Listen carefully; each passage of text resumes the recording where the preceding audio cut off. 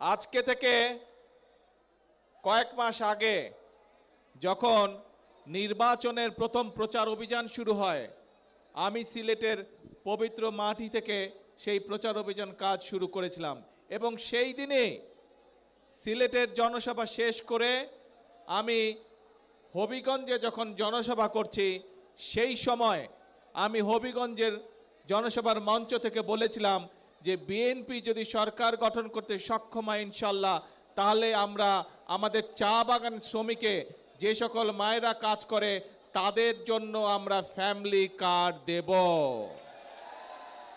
আজকে আল্লাহর কাছে আমি হাজারো শুকরিয়া জানাই, লক্ষ শুকরিয়া জানাই যে আল্লাহ আমাকে সেই তৌফিক দিয়েছেন আজকে যে আমি আমার কথা আজকে রাখতে পেরেছি। আমি আজকে আমার সরকার যে কথা আমি দিয়েছিলাম, আমার সরকার আজকে চা বাগানের শ্রমিকদের যারা নারী শ্রমিক আছেন তাদের কাছে আমরা ফ্যামিলি কার্ড পৌঁছে দিয়েছি আজকে। হ্যাঁ, আমরা হয়তো আজকে সবাইকে দিতে পারিনি, কিন্তু ইনশাল্লাহ আগামী 1 বছরের মধ্যে আমরা প্রায় সকল নারী শ্রমিকের কাছে, চা বাগানের সকলের কাছে আমরা ফ্যামিলি কার্ড পৌঁছে দেব ইনশাল্লাহ। প্রিয় ভাই বোনেরা, বিগত 17 তারিখের ফেব্রুয়ারির 12 তারিখের নির্বাচনে এই বাংলাদেশের মানুষ বাংলাদেশ জাতীয়তাবাদী দলকে নির্বাচিত করেছিল। কেন? কারণ আমরা সেই সময় মানুষকে বলেছিলাম যে আপনারা যদি আমাদেরকে নির্বাচিত করেন, আমরা জনগণের জন্য কাজ করব। প্রথম একটি কাজের কথা বলেছিলাম, সেটি হচ্ছে যে আমরা বিশ্বাস করি এই আমাদের প্রিয় মাতৃভূমি বাংলাদেশকে যদি সামনের দিকে এগিয়ে নিয়ে যেতে হয়, তাহলে সকলকে একসাথে আমাদের সহযোগিতা করতে হবে, সকলকে একসাথে কাজ করতে হবে। এবং সেজন্যই আমরা মনে করি যে পুরুষদের পাশাপাশি আমরা যদি নারীদেরকে সাহায্য করতে না পারি স্বাবলম্বী হওয়ার জন্য, তাহলে দেশকে এগিয়ে নিয়ে যাওয়া সম্ভব নয়। এবং সেই জন্যই নারীদেরকে স্বাবলম্বী করে গড়ে তোলার জন্য আমরা এই ফ্যামিলি কার্ডের কথা বলেছিলাম। বাংলাদেশে প্রায় 4 কোটির মতন পরিবার রয়েছে। আমরা বলেছিলাম যে আমরা যদি সরকার গঠন করতে সক্ষম হই 12 তারিখের নির্বাচনে, তাহলে পর্যায়ক্রমিকভাবে সকল পরিবারের কাছে আমরা ফ্যামিলি কার্ড পৌঁছে দেব। বিশেষ করে নারী প্রধানদের কাছে, পরিবারের যে নারী প্রধান তার কাছে। আমরা নির্বাচন হওয়ার সাথে সাথে 1 মাসেরও কম সময়ের ভিতরে আমরা আমাদের এই প্রতিশ্রুতি বাস্তবায়নের কাজ শুরু করেছিলাম। প্রিয় ভাই বোনেরা, আমাদের লক্ষ্য পরিষ্কার, বাংলাদেশের ভাগ্যের পরিবর্তন করা, বাংলাদেশের মানুষের ভাগ্যের পরিবর্তন করা। এবং সে কারণেই আপনারা দেখেছেন যে আজকে শুধু ফ্যামিলি কার্ডই নয়, ফ্যামিলি কার্ড দেবার পাশাপাশি এই যে চা বাগানের শ্রমিক, নারী শ্রমিক যারা, তাদের কাছে আমরা অনেকের কাছে আমরা ঘর প্রদানের জন্য 2 লক্ষ টাকা আমরা দিয়েছি 50 জন শ্রমিককে। 2 লক্ষ টাকা করে দিয়েছি 50 জন। আমি এখানে স্টেজের মধ্যে 3 জনের হাতে সেই 2 লক্ষ টাকার চেক তুলে দিয়েছি। আর বাকি আমরা প্রশাসনের মাধ্যমে বাকি যারা পেয়েছেন আজকে সকলের কাছে ইনশাল্লাহ আমরা সেই টাকা পৌঁছে দেব। আপনারা পেয়ে যাবেন সেই টাকা 2 লক্ষ, যাতে চা শ্রমিকরা অত্যন্ত কষ্টে থাকে। আমরা জানি সেই ধীরে ধীরে তাদেরকে একটু ভালো অবস্থায় যাতে আনা যায়, সেই জন্য আমরা 2 লক্ষ টাকা করে দিয়েছি। এর বাইরেও চা শ্রমিকদের সন্তানরা যাতে লেখাপড়া শিখতে পারে, সেই জন্য আমরা তাদেরকে বিশেষ স্কলারশিপ দিয়েছি, তাদের সন্তানদেরকে স্কলারশিপ দিয়েছি। প্রায় 150 জনের মতন চা শ্রমিক পরিবারের সন্তানদেরকে আমরা স্কলারশিপ দিয়েছি। এর বাইরে আমরা এখানে দেখেছেন, আপনারা এই হাজার হাজার মানুষ দেখেছেন যে প্রতিবন্ধী মানুষ কয়েকজন এসেছেন এই মঞ্চে, তাদের হাতে তাদের চিকিৎসার জন্য আমরা 50,000 কাউকে, 10,000 কাউকে আমরা টাকাটা তুলে দিয়েছি, চেক তুলে দিয়েছি। বাকিগুলো আমি কয়েকজনের হাতে দিয়েছি, বাকি টাকাগুলো প্রশাসনের পক্ষ থেকে তাদের ঘরে পৌঁছে দেওয়া হবে। প্রিয় ভাই বোনেরা, নিশ্চয়ই আপনাদের মনে আছে আমরা বলেছিলাম এই কাজগুলোর পাশাপাশিও আমরা এই দেশের কৃষকদের পাশেও দাঁড়াতে চাই এবং এই যে বর্তমান বাজেট যেটা আমরা কয়েকদিন আগে বাজেট সংসদে উপস্থাপন করেছি, সেই বাজেটে আমরা অর্থ বরাদ্দ করেছি আগামী বছর, এই যে সামনে এখন জুলাই মাস থেকে আগামী 1 বছর পর্যন্ত আমরা বাংলাদেশের 40 লক্ষ কৃষক ভাইয়ের হাতে আমরা কৃষক কার্ড তুলে দেব। ঠিক একইভাবে আগামী 1 বছরে 40 লক্ষ পরিবারের কাছে যেমন ফ্যামিলি কার্ড তুলে দেব, 40 লক্ষ কৃষকের কাছে আমরা কৃষক কার্ড তুলে দেব। প্রিয় ভাই বোনেরা, শুধু তাই নয়, আমরা নির্বাচনের আগে বলেছিলাম যে আমরা এই বাংলাদেশে, আমি মুসলমান, আরেকজন আছেন হিন্দু ভাই, আরেকজন আছেন বৌদ্ধ, আরেকজন আছেন খ্রিস্টান, আমরা বিভিন্ন ধর্মের মানুষ শান্তিতে এই বাংলাদেশে বসবাস করি, হাজার বছরের ঐতিহ্য আমাদের। কিন্তু এই যে আমাদের ধর্মীয় শিক্ষক বা ধর্মীয় গুরু যারা, মসজিদ মাদ্রাসাই হোক, গির্জাই হোক, মন্দির হোক, এখানে যারা আছেন ধর্মীয় ব্যক্তিত্ব বা ধর্মীয় গুরু, এই মানুষগুলো মানবতর জীবনযাপন করেন অনেকে। আমরা বলেছিলাম বিএনপি সরকার গঠনে সক্ষম হলে এই মানুষগুলোকে আমরা সরকারের পক্ষ থেকে সম্মানের ব্যবস্থা করব। প্রিয় ভাই বোনেরা, আপনারা দেখেছেন আমাদের সেই প্রতিশ্রুতি আমরা রক্ষা করেছি। যেভাবে আমরা মায়েদের হাতে ফ্যামিলি কার্ড তুলে দিচ্ছি ধীরে ধীরে, যেভাবে আমরা কৃষক ভাইদের আছে কৃষক কার্ড তুলে দেওয়ার চেষ্টা করছি ধীরে ধীরে, আমরা একইভাবে ইমাম, মুয়াজ্জিম, খতিব সহ অন্যান্য ধর্মের যারা ধর্মীয় গুরু আছেন তাদের হাতেও সম্মানের ব্যবস্থা তুলে দিচ্ছি। আপনারা আজকে আপনাদের স্বচক্ষে দেখলেন যে আমরা যারা মেধাবী স্টুডেন্ট, যারা কিন্তু অর্থনৈতিক কারণে ঠিকভাবে বই কিনতে পারে না, পড়ালেখা করতে পারে না, এরকম চা শ্রমিক পরিবারের যারা সন্তান, তাদের হাতেও আমরা তুলে দিয়েছি অর্থ সরকারের পক্ষ থেকে। অর্থাৎ আমরা মানুষের পাশে দাঁড়াতে চাই, মানুষকে সহযোগিতা করতে চাই। প্রিয় ভাই বোনেরা, এটাই হচ্ছে বিএনপির রাজনীতি। আমরা দেশকে এগিয়ে নিতে চাই, দেশের ভাগ্য পরিবর্তন করতে চাই, মানুষকে মানুষের ভাগ্যের পরিবর্তন করতে চাই। প্রিয় ভাই বোনেরা, কিন্তু প্রিয় ভাই বোনেরা, আপনারা কি মনে করেন যেই কাজগুলো, যেই বিষয়গুলো আপনাদের চোখের সামনে দেখেছেন, আগামী 5 বছর বিএনপি এই কাজগুলো অব্যাহত রাখুক? আপনারা কি এটা চান? কে মায়েরা, আপনারা কি চান বাংলাদেশের সকল মায়েদের কাছে আমরা ফ্যামিলি কার্ড পৌঁছে দেই? আচ্ছা, ধন্যবাদ। কিন্তু কয়েকদিন ধরে দেখুন পত্র পত্রিকাগুলো, আমরা দেখছি আমরা যেই বাজেট উপস্থাপন করেছি সেই বাজেটের মধ্যে আমরা এই ফ্যামিলি কার্ডের জন্য অর্থ বরাদ্দ রেখেছি। আমরা যে বাজেট উপস্থাপন করেছি সংসদে, সেই বাজেটের মধ্যে আমরা কৃষক কার্ডের জন্য অর্থ বরাদ্দ রেখেছি। আমরা যেই ফ্যামিলি বাজেট উপস্থাপন করেছি সেই বাজেটে আমরা আমাদের দেশের ছেলেমেয়েরা, স্টুডেন্টরা যাতে স্কুল কলেজে ভালো করে লেখাপড়া করতে পারে, যাতে খেলাধুলা করতে পারে, তার জন্য অর্থ বরাদ্দ রেখেছি। আমরা যেই বাজেট পেশ করেছি জাতীয় সংসদে, সেখানে এই যে হাজার হাজার আপনারা মানুষ, সারা বাংলাদেশে যে কোটি কোটি মানুষ, তারা যাতে সঠিকভাবে চিকিৎসা পেতে পারে, সেই জন্য এই প্রত্যেক উপজেলা পর্যায়ে যে 50 বেডের হসপিটাল আছে, সেটিকে ইনশাল্লাহ আগামী 5 বছর আমরা 100 বেড করব। তার জন্য আমরা অর্থ বরাদ্দ রেখেছি, যাতে করে এলাকার মানুষ, উপজেলার মানুষ, গ্রামের মানুষ স্বাস্থ্য সেবা পেতে পারে, মিনিমাম স্বাস্থ্য সেবা পেতে পারে অন্তত। কিন্তু বাজেটের পরে নিশ্চয়ই আপনারা দেখেছেন যেই বাজেটে আমরা সাধারণ মানুষ, খেটে খাওয়া মানুষের জন্য অর্থ বরাদ্দ রেখেছি, অনেকে বলেছে সেই বাজেট বলে তারা মানে না। দেখেছেন না পত্রিকায়, সংবাদে? আবার অনেকে বলেছে যেই বাজেটে আমরা মায়েদের জন্য ফ্যামিলি কার্ডের বড় অর্থ বরাদ্দ রেখেছি, কৃষকদের জন্য কৃষি কার্ডের বরাদ্দ রেখেছি, প্রতিবন্ধী মানুষ, শিক্ষার্থীদের জন্য অর্থ বরাদ্দ রেখেছি, যেই বাজেটে আমরা মানুষের স্বাস্থ্য সুবিধার জন্য অর্থ বরাদ্দ রেখেছি, সেই বাজেট নাকি চানাচুরের মতন। শুনেছেন এই কথা? কিছু কিছু লোক বলেছে।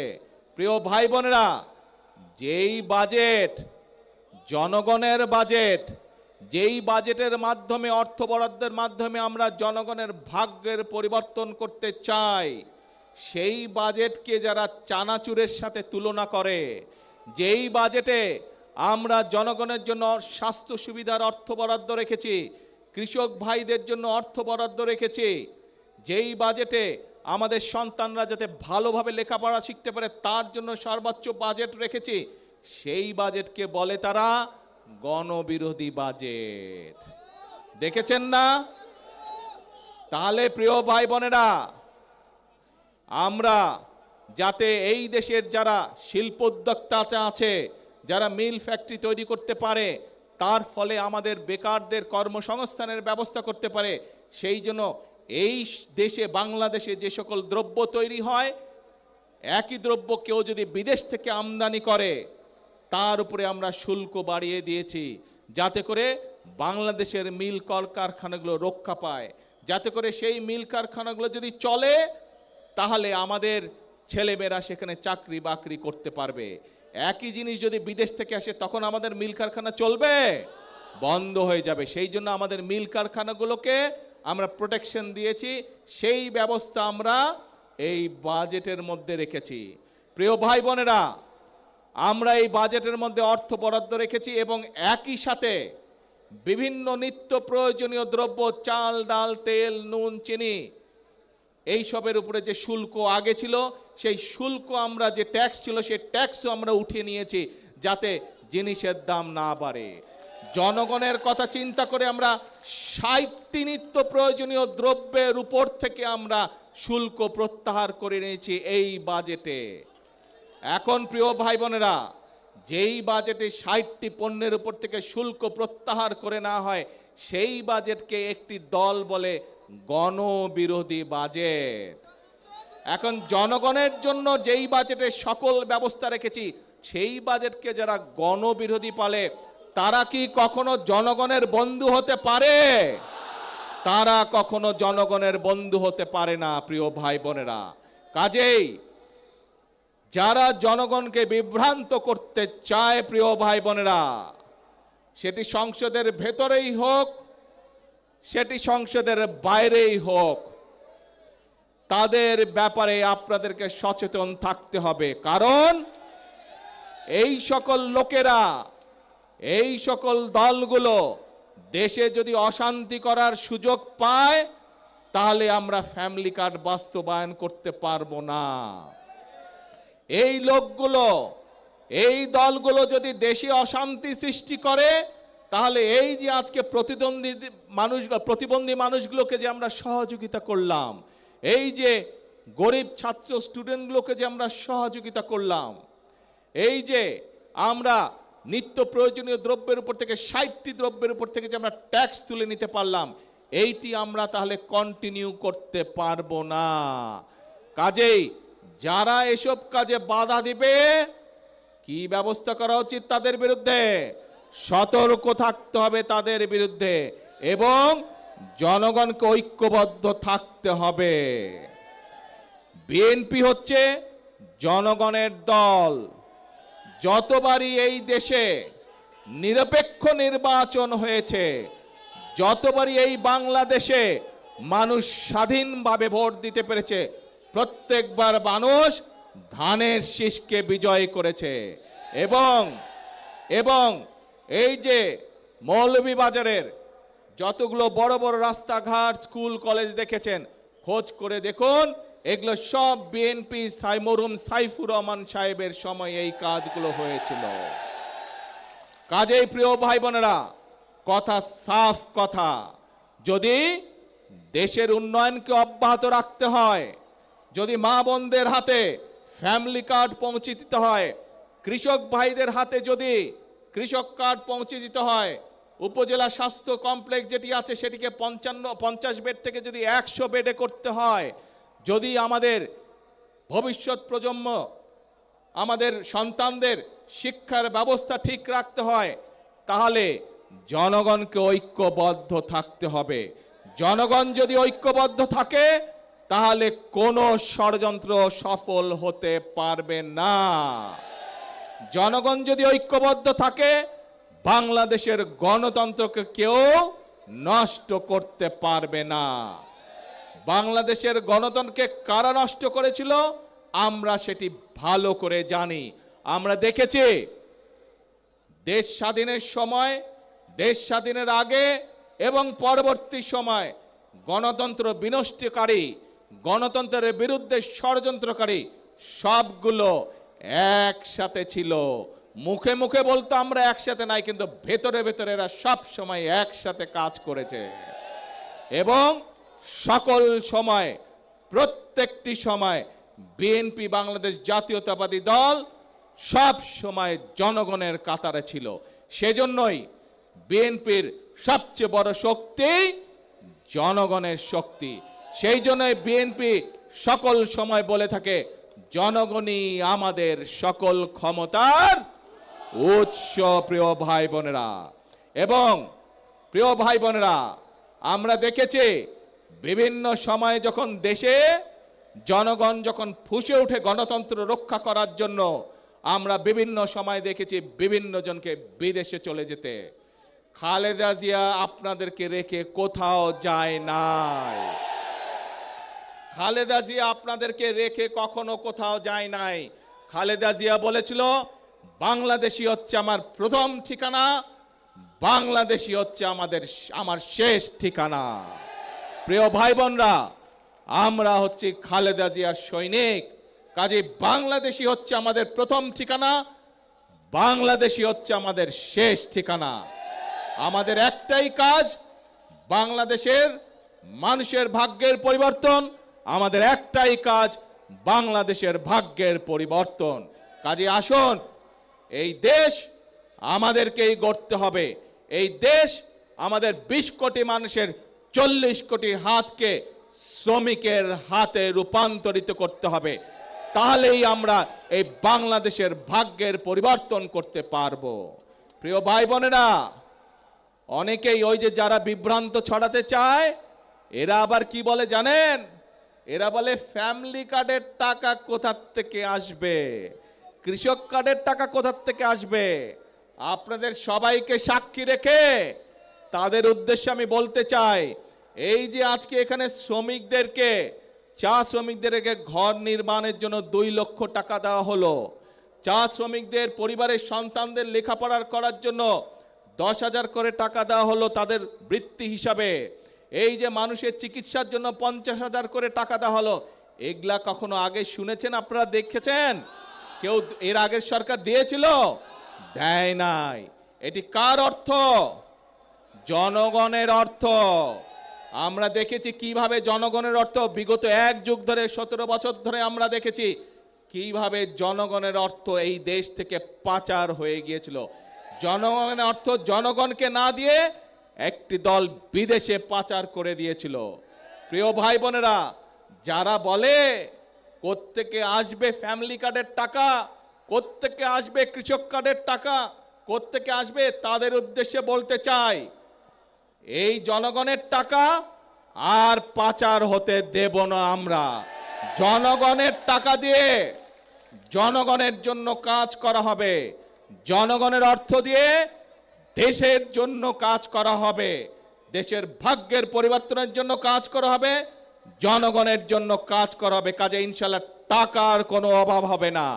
আসুন, যারা এই দেশ থেকে টাকা পাচার করেছে, যারা এই দেশ থেকে টাকা বাইরে পাঠাতে চায়, জনগণের অর্থ টাকা বিদেশে পাঠাতে চায়, আমরা আজ থেকে তাদের বিরুদ্ধে কঠোর অবস্থান গ্রহণ করব। আমরা যদি সকলে চোখ কান খোলা রাখে, তাহলে এই দেশের মানুষের অর্থ সম্পদ কেউ বিদেশে পাচার করতে পারবে না এবং সেই টাকা দিয়ে আমরা সকলে মিলে পরিশ্রম করব এবং সেই অর্থ দিয়ে আমরা দেশ এবং দেশের মানুষের ভাগ্যে পরিবর্তন করব। আছেন নাকি আমার সাথে সবাই এই কাজে? ইনশাআল্লাহ। আসুন তাহলে আজকের এই আনন্দের দিনে আমাদের প্রতিজ্ঞা হবে, আমাদের প্রতিশ্রুতি হবে একটাই, করব কাজ সবার আগে।